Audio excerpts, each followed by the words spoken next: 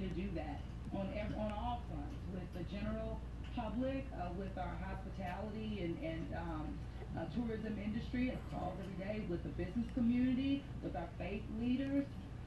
Even started a committee focusing on deaths and burials, meaning from the funeral community, meaning the mortuary community, and looking at policies associated with that. So we're focused.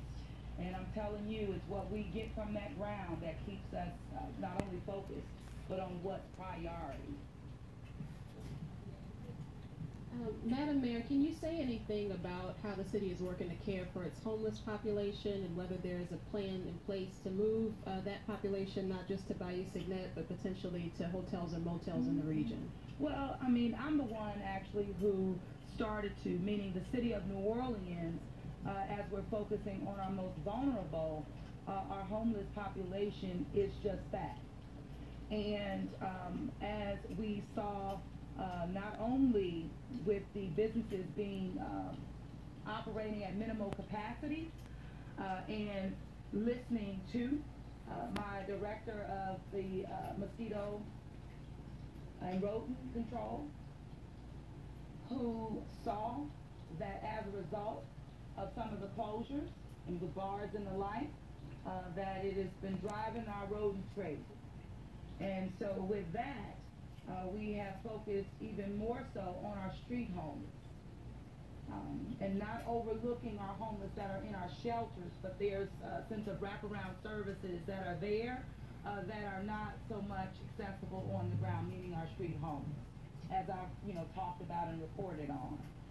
And so we have shifted our thoughts and our processes as it relates to where we will relocate our street homeless.